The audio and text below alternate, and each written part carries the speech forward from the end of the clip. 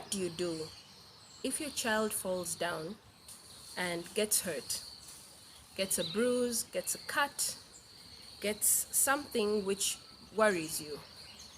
Your first reaction is not going to be, "Oh baby, I'm so sorry, let's get over it." No, your first reaction, especially if you see blood and it's an open wound, is to run to the bathroom and clean that wound.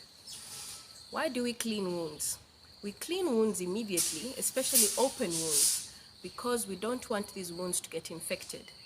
The wounds can get infected either at the site of infection, like where the wound is, or the infection can go up to the joint.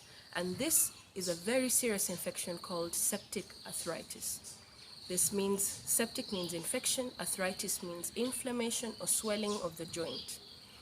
There are many reasons for septic arthritis, but one of the reasons is if it's a dirty wound and the infection went through the blood from the wound to the joint closest to it.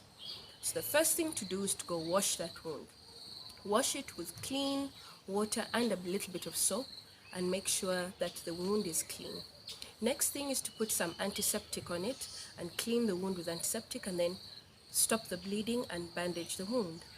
If you don't have antiseptic, you can use some salt.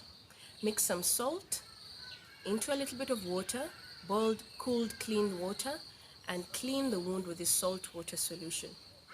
Please watch one of my other videos that also speaks about other uses of salt, because salt is a very easy and wonderful thing that you can have around the house. Or if you're somewhere where on holiday and the child has fallen and you don't have any antiseptic, you can use salt water, and this will really prevent a lot of problems. Thank you.